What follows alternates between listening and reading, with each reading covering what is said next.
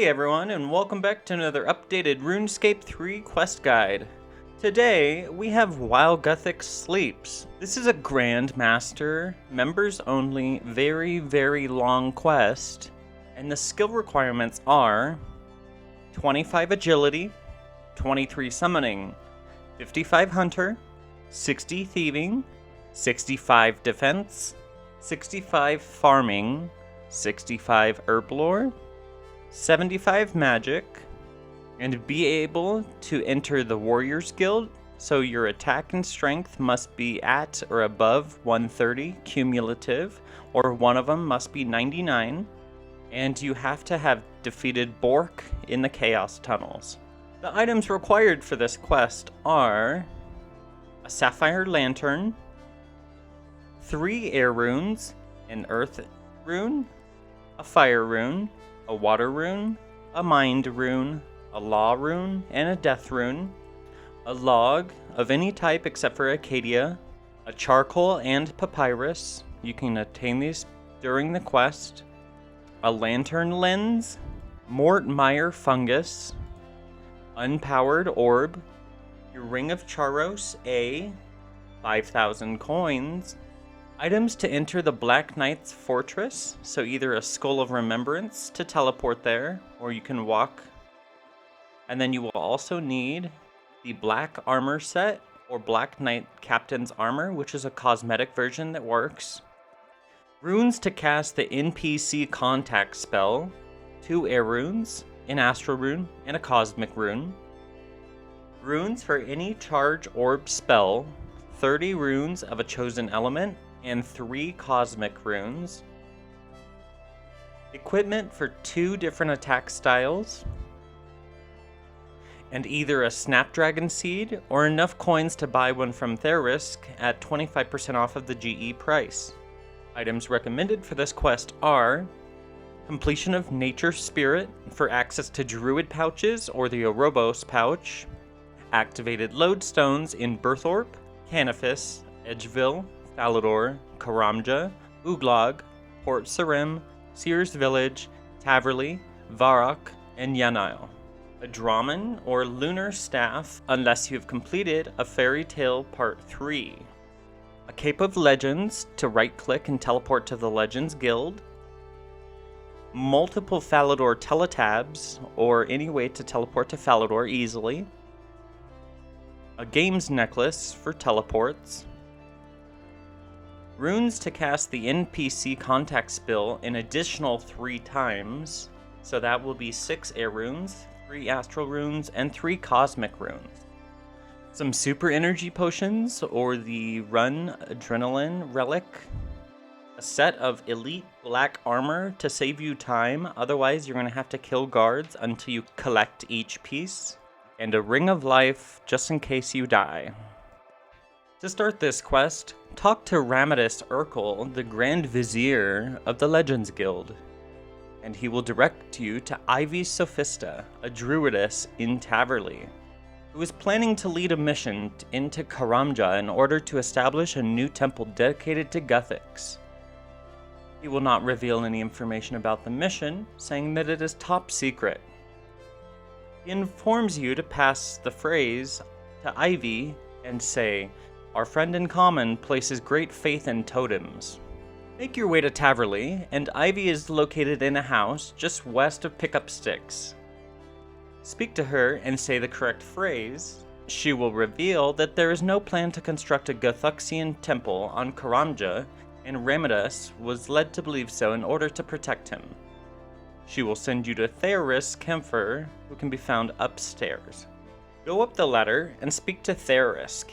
He confirms that the temple is just a cover story by his organization, Cruxiqual, which was made by druids to combat the threat of the Majorat. Therisk explains to you that a certain foe, Lucian, is trying to achieve the status of a god by using the Staff of Armadyl, not like Zamorak. While gathering information, his spies are mysteriously killed, which is keeping him at a major disadvantage. As you're talking to him, 2 assassins will appear and attempt to kill you. They will use range, but they're not much of a threat. Kill both of them and speak to Therisk again. He continues, saying that Croxaqual has allied with the Temple Knights and the Guardians of Armadil to build a strong base against Lucian. Enemy spies have been located in Draenor Village, with a certain Mavario, whom Therisks wants to gather more information about. To do this, he sends you to talk to the Varrock librarian, Reldo. Head to the Varrock library and speak to Reldo. He seems to have explicit knowledge on Mavario. Mavario speaks with a slight Khazard accent and is interested in traps, housing improvements, and divination. You will then read some of the oldest documents in the archive, in old, barely decipherable languages, to obtain Mavario's location. During your conversation, he says, "Do I look like an expert tracker?" but suggests using some jungle creatures that are able to take a scent and track it down. He says to talk to some jungle hunting expert on the matter. Now, use the Uglog lodestone and run north until you find the hunting expert. Locate the hunting expert, the most proficient hunter in the Feldip hunting area, inside her hut. When you ask her about animals that can be used to track down scents, she tells you to catch a Broav, who are famous for their powerful sense of smell. They are, however, extremely hard to catch, but she pinpoints only one location that a trap can be used. Also, the bait needed to catch a Broav are mushrooms from Mauritania, which you will receive from the hunting expert. Go to the pit located west of the hunting expert and build a pitfall trap using a log and a knife, and finally, bait it with Mortmire fungus. And then stand aside and be patient, and a wild Broav will appear and fall in the trap. Dismantle the trap to obtain an unconscious Broav in your inventory. Bring your latest catch to the expert, who will then agree to train it to track scents for you. After you've obtained a way to track down Mavario's scent, you now need an object which belonged to him. Earlier, Reldo has mentioned Mavario's Khazard accent, so you might be able to find something there. Speak to Angor at the bar near Khazard Fighting Arena about Mavario, who says that he frequently saw Mavario lugging his laundry to a house nearby. Go to the laundry house just west of the fight arena, and then charm the Khazardian launderer into giving you Mavario's dirty laundry. Alternatively, you can use 5,000 coins to bribe him. After you've obtained the dirty clothes, drop your Broav and use the dirty clothes on it. The Broav can get stuck behind obstacles, so use the Call Pet option in the pet interface and use the shirt on it again to resume tracking. The Broav will eventually lead you to the northwesterly building on the battlefield, where Khazard troops and gnomes are engaged in combat. The door is locked, so climb over the broken wall nearby and call your Broav, and then use the clothes on it again.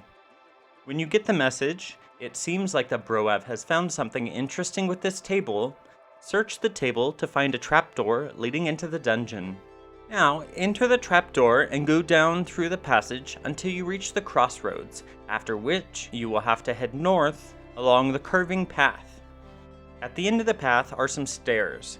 Climb down the stairs, and then there's going to be an old battered door at the south end of the corridor.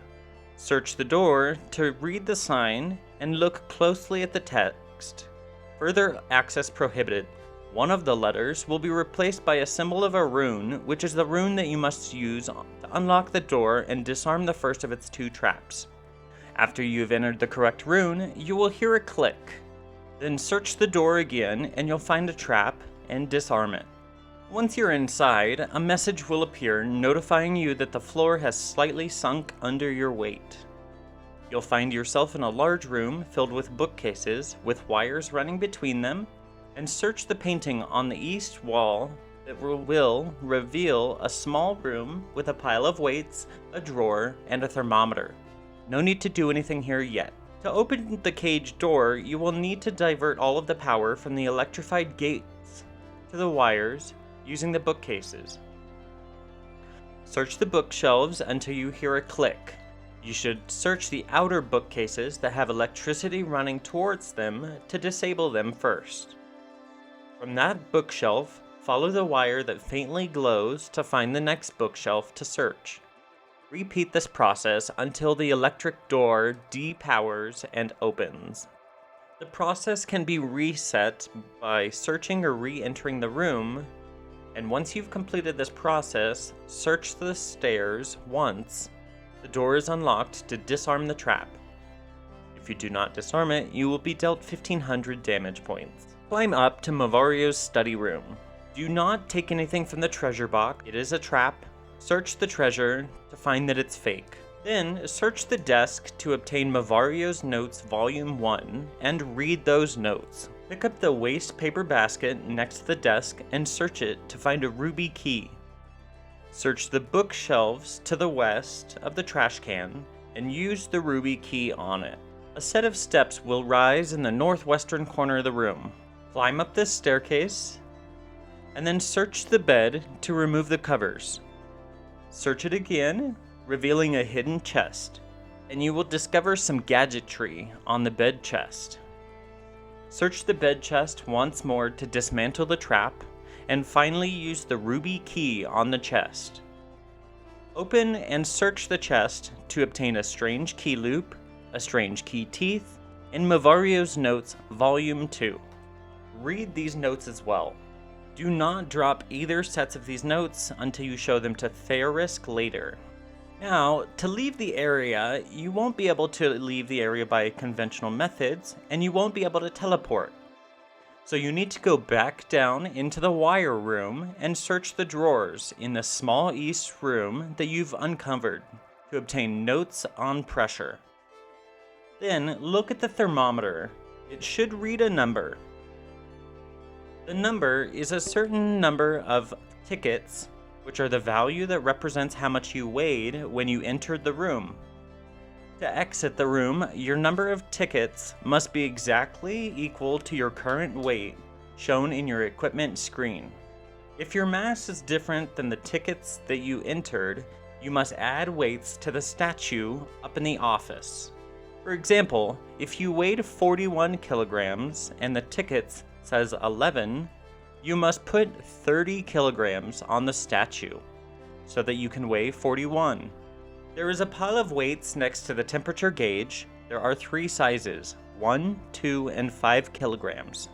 Pick out weights equal to the number that is required and place them on the statue found up the stairs in the study room just north of the stairs, and use the weights on the statue. After depositing the weights, go through the door in his office. If you succeed, the door will open and you will leave.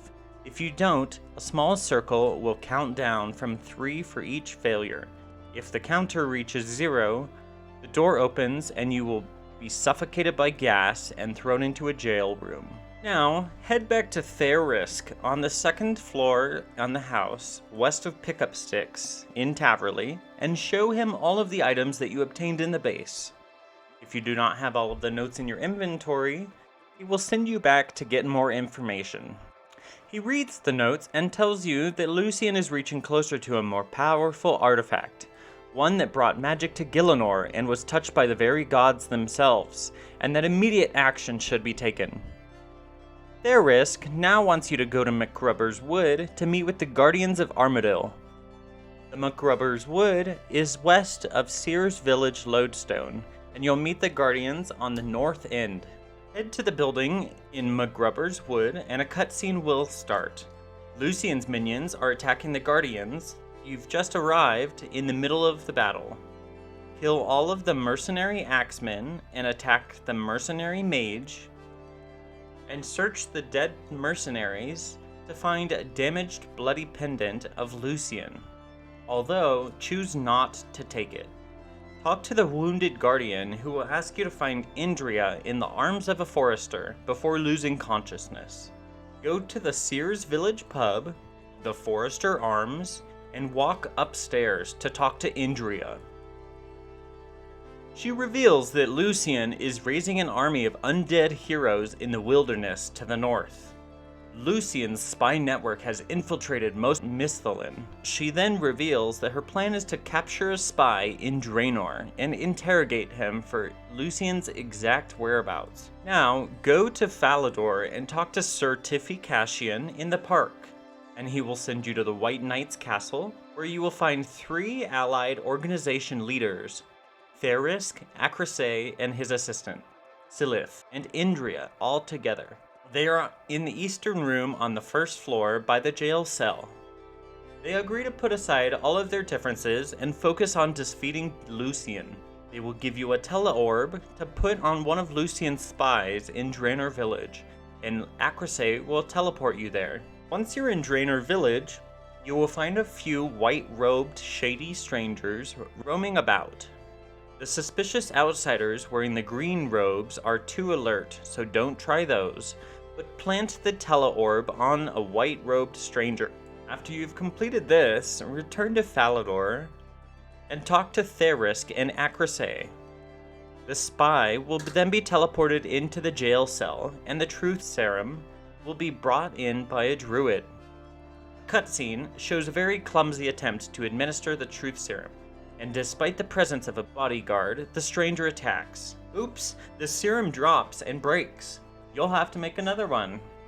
Therisk will ask you to hurry to Betty in Port Sarim with a Snapdragon seed, so that she can enchant it and you can get on with the truth. Travel to Betty's Magic Emporium shop, taking a lantern lens, a Snapdragon seed, and 20 coins with you. Speak to her about an enriched Snapdragon seed, and she'll say that the sunlight must be concentrated on the seed through a rose-tinted lens. She takes the seed and places it on the counter. Talk to Betty again and buy a pink dye from her and use it on the lens to obtain a rose-tinted lens. Then, stand just by the doorway and use the lens with the counter to expose the seed. Finally, search the counter and take the enriched Snapdragon seed, and if you haven't already gotten it, Betty will offer you a regular truth serum when spoken to. Go back to Falador and talk to Therisk. He says that the seed must be planted in a specially created patch on the top of the castle. Climb up the western stairs to the top and plant the seed in the patch. Now, go talk to Indria, who asks for you to recruit 4 heroes to apprehend Lucien. Duradel, the Slayer Master in Shiloh Village. Hazelmere, east of Yanile, you can use Fairy Ring code CLS. Majina, the Slayer Master northeast of Canifis. And Turiel, the Slayer Master in Birthorp. Additionally, you may activate lunar spells and use NPC contact to contact the 3 Slayer Masters, since you will need an NPC contact again in the next section. Once you've successfully enrolled everyone, head to the top of the White Knight's castle and collect the fully grown, enriched Snapdragon herb from the patch. Once you have the Snapdragon, mix it into the Truth Serum to make a Super Truth Serum. Head back to the room with the leaders and open the cupboard. Inside, you'll find a papyrus and charcoal, and then go into the cell. Convince the captured spy to drink the serum. Use the serum on the captured spy and you'll be given 3 options. The correct method varies by player, but there's no penalty for choosing an incorrect option. He will reveal his master's identity, and he will sketch it out with the charcoal and papyrus. Give this sketch to Indria, who will put up the posters seeking information on the wizard known as Dark Squall, and then she will ask you to recruit 4 more heroes. Gamal at the entrance of the Warriors Guild, Haralk on the first floor of the Warriors Guild, Sloane on the 2nd floor of the Warriors Guild, past the gate to the east, and Sirius, using the NPC contact spell. After you have recruited these last 4 people, make sure to switch your spellbook back to the standard spellbook, and gather your black armor set to be able to enter the Black Knight's fortress next. Return and speak to Akrasay. He will send you to find Silith, who's gone missing in action while following the Dark Squall, and was last seen entering the Black Knight's fortress. That's it for this first part of the quest. Stay tuned for the second, and don't forget to hit that like, subscribe, and bell icon so you don't miss any future videos.